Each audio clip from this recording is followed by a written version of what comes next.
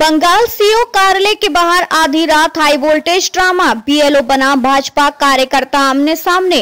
Police ने हालात संभाले, चुनावी प्रक्रिया पर गंभीर सवाल उठे।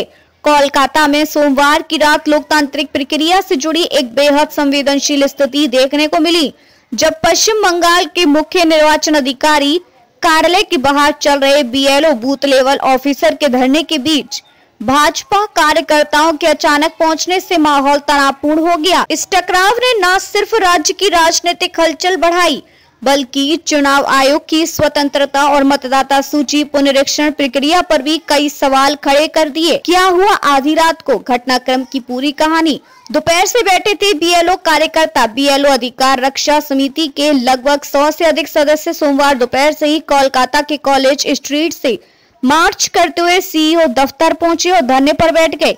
उनकी मुख्य मांगे थी मतदाता सूची के विशेष गहन पुनरीक्षण के दौरान असहनीय और अमानवीय कार्यभार कम किया जाए। अत्यधिक दबाव में काम करने के कारण पिछले कुछ महीनों में कम से कम 3 बीएलओ की आत्महत्या होने का भी आरोप लगाया गया।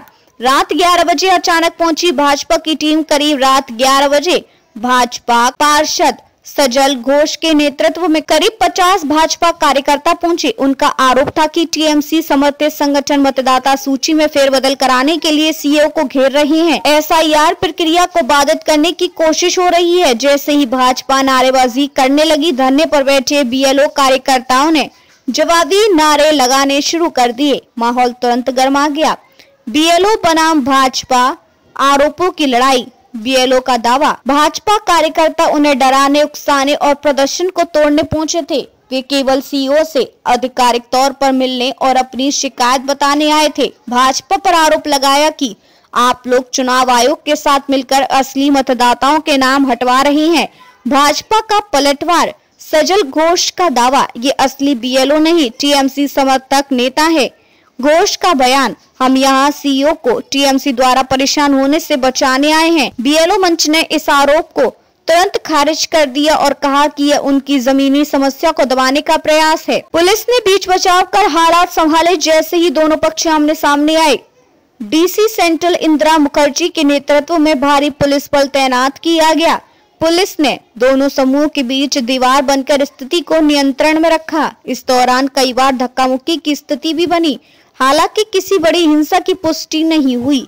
सीईओ 11:40 पर बाहर निकले। पुलिस एस्कॉर्ट में भेजे गए घर। घटनाक्रम का चरम तब आया जब सीईओ मनोज कुमार अग्रवाल, जो कार्यालय में ही फंस गए थे, करीब 11:40 पर बाहर निकले। उन्होंने मीडिया से कोई टिप्पणी करने से इनकार किया। पुलिस उन्हें और अन्य चुनाव आयोग अधिकारियों को सुरक्षा में वाहन से बाहर ले गई। भाजपा के सजल घोष ने भी कहा, हमारा उद्देश्य पूरा हो गया है, सीईओ सुरक्षित निकल गए, अब हम यहाँ नहीं रुकेंगे। इसके बाद भाजपा कार्यकर्ता धीरे धीरे हट गए और स्थिति शांत हुई। पर्दे के पीछे का बड़ा सवाल, बीएलओ क्यों गुस्से में है।